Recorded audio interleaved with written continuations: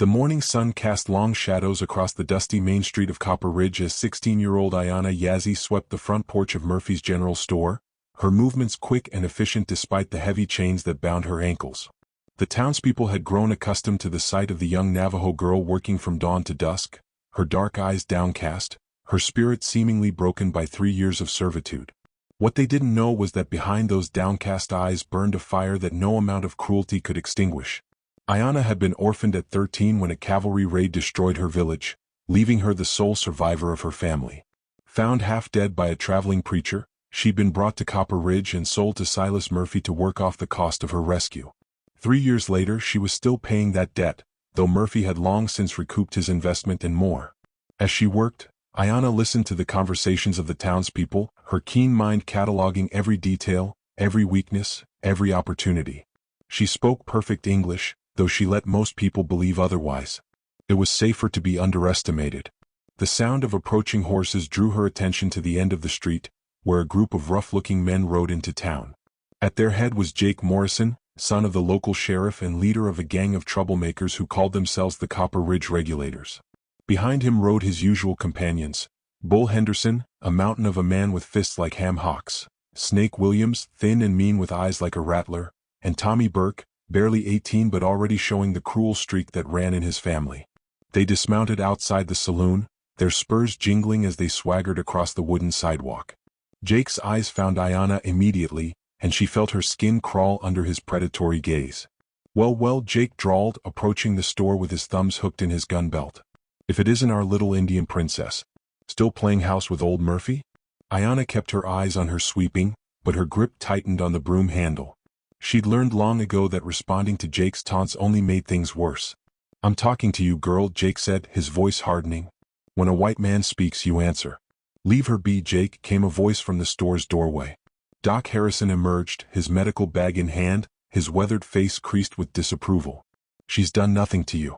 Doc Harrison was one of the few people in town who treated Ayanna with basic human decency. He'd patched her up more than once after Murphy's beatings, and his quiet kindness was one of the few bright spots in her otherwise dark existence. "Nothing to me?" Jake laughed harshly. "Doc, this savage is a constant reminder of the Indian problem we got in these parts. Every day she walks around free is an insult to every white person who's lost family to her kind." "She's just a child, Jake," Doc Harrison said firmly. "And she's never hurt anyone." "Her kind killed my uncle," Jake snarled, his hand moving to rest on his gun butt. "Burned his ranch, scalped him and his whole family. Far as I'm concerned, the only good Indian is a dead Indian." The conversation was interrupted by the arrival of Sheriff Morrison, Jake's father, who approached with the weary gait of a man tired of cleaning up his son's messes. "What's all the commotion?" the sheriff asked, though his tone suggested he already knew the answer. "Just discussing the Indian situation, Pa," Jake replied with false innocence. "Seems to me this town's got a problem that needs solving." Sheriff Morrison's eyes flicked to Ayanna, then back to his son. "The girl's not causing any trouble, Jake." "Leave her be." "Not causing trouble?" Jake's voice rose, attracting the attention of other townspeople. "Pa, she's a spy. How do we know she ain't sending signals to her warrior friends, telling them when to attack?" The accusation was ridiculous, but Ayanna could see it taking root in the minds of the gathered crowd. Fear was a powerful thing, and these people had plenty of reasons to fear Indian attacks. "That's enough," Sheriff Morrison said, but his voice lacked conviction. "Jake, you and your boys move along. Find something useful to do." As the sheriff walked away, Jake's eyes fixed on Ayanna with renewed malice. "This ain't over, Indian girl," he whispered, low enough that only she could hear. "One way or another, this town's gonna be rid of you." That evening, as Ayanna prepared for another night sleeping in the store's back room, she couldn't shake the feeling that something was coming. The wind carried whispers of change, and in the distance she could hear the haunting call of a coyote, a sound that reminded her of home, of family, of everything she'd lost. She touched the small medicine pouch hidden beneath her dress, the only thing she had left of her grandmother. Inside was a piece of turquoise and a lock of her mother's hair, precious reminders of who she really was beneath the chains and servitude. Tomorrow would bring new challenges, new humiliations, new tests of her resolve. But Ayanna Yazzie was the daughter of warriors, the granddaughter of medicine women, and no amount of cruelty could change that fundamental truth. In the darkness of her small room, she whispered a prayer in Navajo, asking her ancestors for strength and guidance. Somewhere in the night, she thought she heard them answer. 3 days after Jake Morrison's threat, the trouble Ayanna had sensed finally arrived. It began with the discovery of cattle missing from the Henderson ranch, followed by reports of strange smoke signals seen on the distant mesas. By the time the sun reached its zenith, the entire town was buzzing with rumors of an impending Indian attack. Ayanna knew the truth. The missing cattle had probably wandered off or been stolen by rustlers, and the smoke signals were likely just dust devils on the horizon. But truth had little power against fear, and fear was spreading through Copper Ridge like wildfire. She was hanging laundry behind Murphy's store when she heard the commotion in the street. Peering around the corner, she saw Jake Morrison addressing a growing crowd of townspeople, his voice carrying clearly in the still air. "I'm telling you folks, we got ourselves a spy right here in town," Jake declared, his finger pointing directly at Ayanna. "That Indian girl's been sending signals to her warrior friends, telling them when to strike." "That's a serious accusation, Jake," said Mayor Whitman, a portly man who preferred avoiding conflict to confronting it. "Do you have any proof?" "Proof?" Jake laughed bitterly. "What more proof do you need? Cattle start disappearing the same week we see smoke signals, and we got an Indian living right here among us. 2 + 2 = 4, Mayor." Murmurs of agreement rippled through the crowd, and Ayanna felt her heart sink. She'd seen this before, fear turning ordinary people into a mob, reason abandoned in favor of scapegoating. "Now hold on," came Doc Harrison's voice as he pushed through the crowd. "You can't just accuse someone without evidence. Ayanna's been working in that store every day. When would she have time to send signals?" "Maybe at night," suggested Mrs. Patterson, the banker's wife. "Maybe she sneaks out when we're all sleeping." "Or maybe," added Bull Henderson, "she's got some kind of Indian magic. They say they can talk to animals, send messages through birds and such." The suggestions grew more outlandish by the moment, but Ayanna could see they were gaining traction. Fear had a way of making even the most ridiculous ideas seem plausible. Sheriff Morrison arrived, drawn by the noise, and Jake immediately turned to his father. "Pa, we need to do something about this situation. The people are scared and they got a right to be." The sheriff looked uncomfortable, his eyes avoiding Ayanna's gaze. "What exactly are you suggesting, son?" "I'm suggesting we question her properly," Jake replied, his meaning clear to everyone present. "Find out what she knows about these attacks." Ayanna stepped forward, her chin raised defiantly despite the fear coursing through her veins. "I know nothing about any attacks," she said clearly, her perfect English surprising several people in the crowd. "I have lived peacefully in this town for 3 years." "Peacefully?" Jake scoffed. "You call it peaceful when you're plotting against us?" "I plot nothing," Ayanna replied firmly. "I work, I sleep, I cause no trouble. These accusations are lies." The crowd's mood was growing uglier by the moment, and Ayanna could see the situation spiraling out of control. She looked around desperately for allies but found few friendly faces. Even those who might normally defend her seemed cowed by the mob's energy.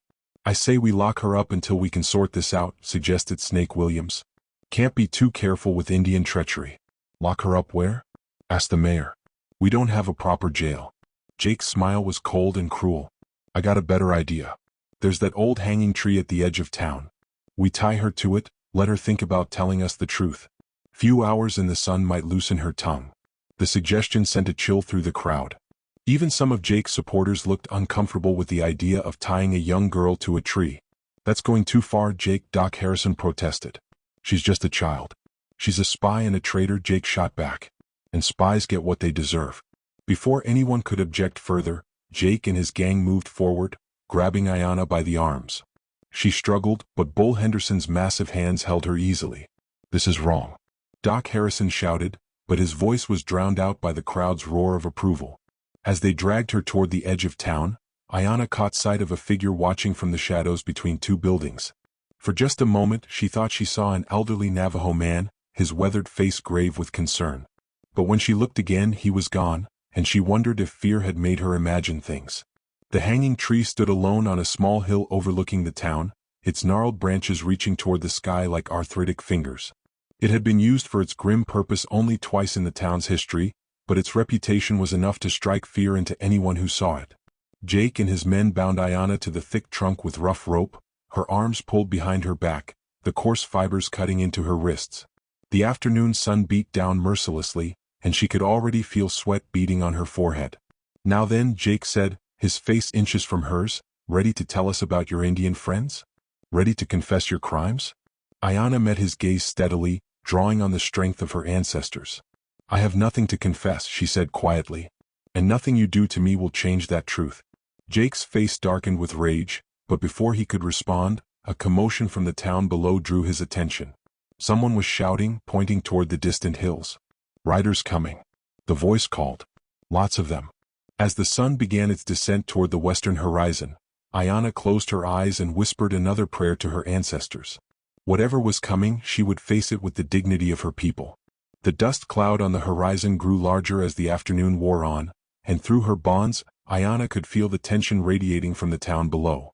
Jake Morrison and his gang had retreated to the main street, leaving her alone with the burning sun and the rough rope that chafed her wrists raw. As the riders drew closer, Ayanna's heart began to race. She could make out individual figures now, dozens of them, moving with the fluid grace of experienced horsemen. At their head rode an elderly man whose bearing spoke of great authority, his silver hair braided with eagle feathers that caught the light. Her breath caught in her throat. She knew that figure, had seen him in her dreams and in the stories her grandmother used to tell. It was Joseph Crowfeather, the legendary Navajo elder whose wisdom was respected by tribes across the Southwest. But what was he doing here? How had he even known about her situation?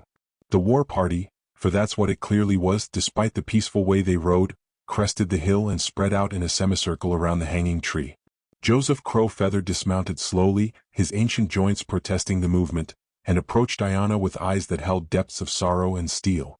"Granddaughter," he said softly in Navajo, his weathered hand touching her cheek with infinite gentleness. "We have come for you." "Grandfather," Ayanna whispered back, using the term of respect rather than blood relation. "How did you know?" The old man smiled, and for a moment, his face transformed from stern elder to kindly grandfather. "The wind carries many messages to those who know how to listen. And the spirits of your parents cry out for justice." As he spoke, he produced a knife from his belt and began cutting through her bonds. The rope fell away and Ayanna rubbed her raw wrists, hardly daring to believe she was free. From the town below came the sound of shouting and running feet. The entire population of Copper Ridge was spilling into the street, some carrying rifles, others just gawking at the unprecedented sight of so many native warriors gathered on their doorstep. Joseph Crowfeather helped Ayanna to her feet, then turned to face the approaching townspeople. His warriors remained mounted, their weapons visible but not drawn, their faces impassive as stone. Sheriff Morrison led the group up the hill, his hand resting nervously on his gun butt. Behind him came Jake and his gang, Mayor Whitman, Doc Harrison, and what looked like half the town. "What's the meaning of this?" Sheriff Morrison demanded, though his voice lacked its usual authority. "You're trespassing on white man's land." Joseph Crowfeather regarded the sheriff with the patient look of a teacher addressing a slow student. "This land belonged to my people for 1,000 years before your people arrived," he said calmly. "But I do not come to argue about land. I come for the child. She's a prisoner of this town," Jake Morrison snarled, pushing past his father. "Accused of spying and treason. You got no right to take her." The old elder's eyes fixed on Jake with an intensity that made the young man take an involuntary step backward. "And you have no right to torture a child," Joseph Crowfeather replied, his voice carrying the weight of absolute moral authority. "She's not a child, she's a spy." Jake protested, but his voice cracked slightly under the elder's gaze. Joseph Crowfeather turned to address the entire crowd, his voice carrying clearly in the still air. "This girl you call a spy is Ayanna Yazzie, daughter of my nephew, granddaughter of my sister. She is the last of her family line, orphaned by your soldiers, enslaved by your greed." "Now hold on," Mayor Whitman interjected. "She wasn't enslaved. She was working off a debt fair and square." "Fair?" The elder's voice carried a note of bitter amusement.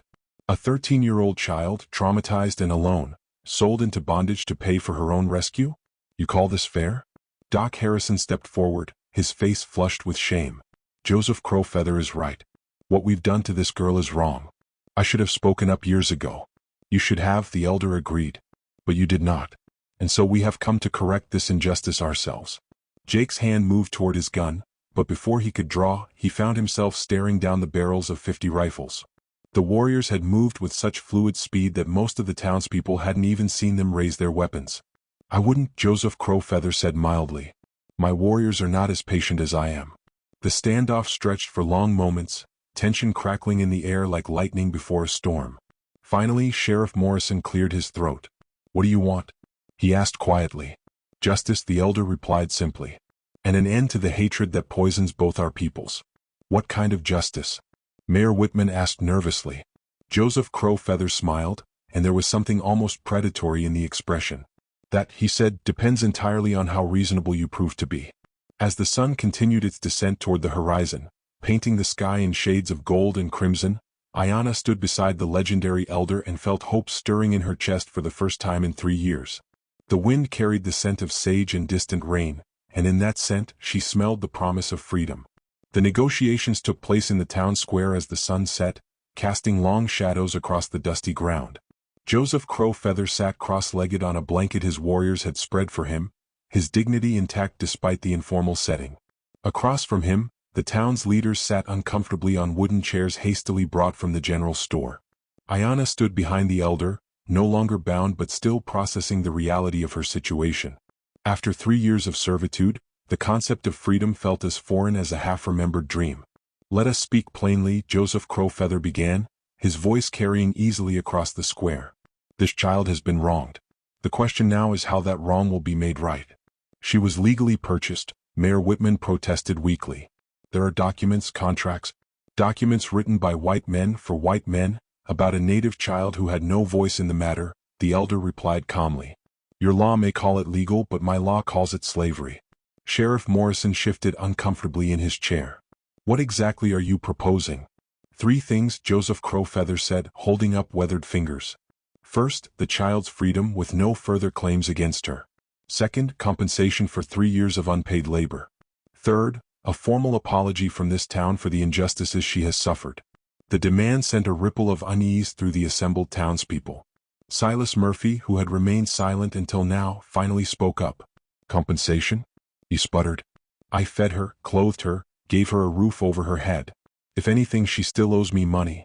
The elder's eyes fixed on Murphy with such intensity that the storekeeper actually flinched. "You fed her scraps, clothed her in rags, and housed her in a storage room. A dog would have been treated better."